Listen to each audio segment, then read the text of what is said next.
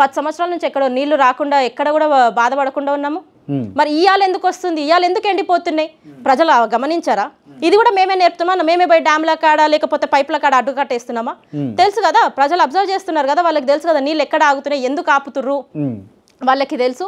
Compulsory ఈసారి ఒక్కసారి మీరు ఆలోచించండి, రేవంత్ రెడ్డిని ఒక్కసారి వితౌట్ గన్మెన్స్ వెళ్ళమని చెప్పండి ఊర్లకి, చూస్తాం ఆయన ఏం చేసిండో ప్రజలే చెప్తారు. వితౌట్ గన్మెన్స్ పోతే ఏం జరుగుతుంది అని ప్రజలు చెప్తారు. మేము చెప్పడం ఏంది? ఇప్పుడు మేము చెప్తే మీరు ఏమనుకుంటారు, మీరు వార్నింగ్ ఇస్తుర్రా, మీరు బెదిరిస్తుర్రా అంటారు. మేమేం చెప్పాం, ప్రజలే చెప్తారు.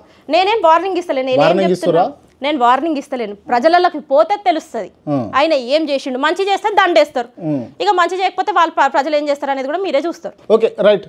ఇప్పుడు ఎక్కడి నుంచి వచ్చినాము అని అంటే మేకల కావ్య కాంగ్రెస్ పార్టీలో కన్నకాడికి నిజంగా చెప్పండి, టు బి ఆనెస్ట్ మనస్సాక్షిగా చెప్పండి, కాంగ్రెస్ పార్టీ నుంచి మీకు ఇన్విటేషన్ ఉందా లేదా?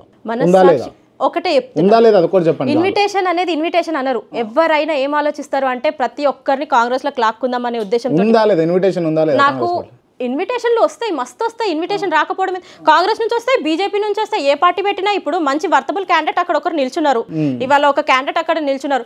ఆమె వన్ సైడ్ చెప్తే వన్ సైడ్ ఓట్లు పడతాయి, అబ్బా ఆమె మంచి డెవలప్ చేస్తుంది, ఆమెకు మంచి పేరు ఉంది అనుకున్నారు అనుకో, ఎవరు ఇన్విటేషన్ ఇయ్యరు? ప్రతి ఒక్కరు మా పార్టీలకు రావాలి అనే ఉద్దేశంతో ఇన్విటేషన్ ఇస్తారు.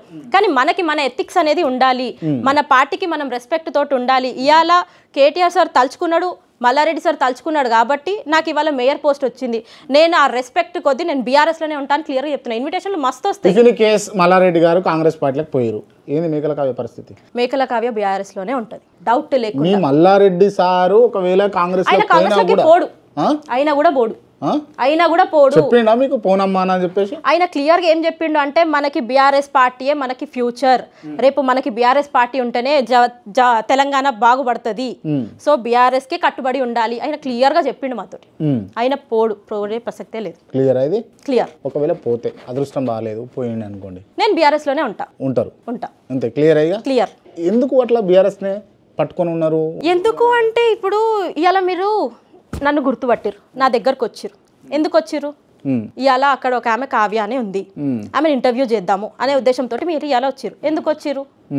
ఏదైతే పోస్ట్ నేను కూర్చున్నాను, ఏదైతే పోస్ట్లో నేను చేసిన, ఇవాళ నాకు ఆ పోస్ట్ ఇచ్చింది కేటీఆర్ సార్. సో ఆయన పోస్ట్ ఇచ్చిండు, ఇవాళ నన్ను 10 మంది గుర్తుపడుతున్నారు. ఎంతో ఉండొచ్చు, బిజినెస్ ఉండొచ్చు, పైసలు ఉండొచ్చు, ఆస్తులు ఉండొచ్చు, అది వేరు. కానీ ఒక పబ్లిక్లో పోతే గుర్తుపట్టాలి అంటే మాత్రం కంపల్సరీ ఒక పోస్ట్ అనేది ఉండాలి.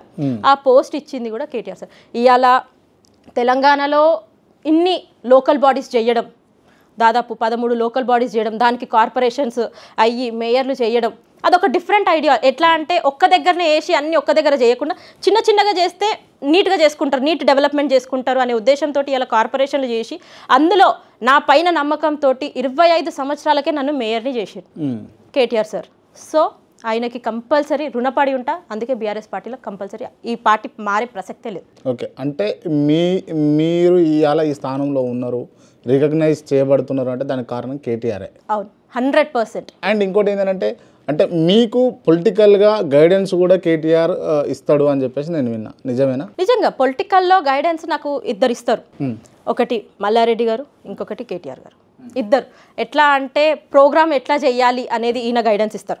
ఎందుకంటే మనకి కంపల్సరీ పెద్దవాళ్ళ ఎక్స్పీరియన్స్ ఉంటే బాగుంటుంది, ఈయన గైడెన్స్ ఇస్తారు. కేటీఆర్ సార్ ఎట్లా పబ్లిక్లకి పోవాలి, వాళ్ళ గురించి ప్రాబ్లమ్స్ తెలుసుకోవాలి, ఎన్నో చెప్పిండు. ఇప్పుడు ఒక్కటనే కాదు, నాలాంటి వాళ్ళకి చాలా మందికి ఆయన కొత్త కొత్త ఐడియాస్ ఇవ్వడంలో కేటీఆర్ సార్ గ్రేట్ అనే చెప్పాలి.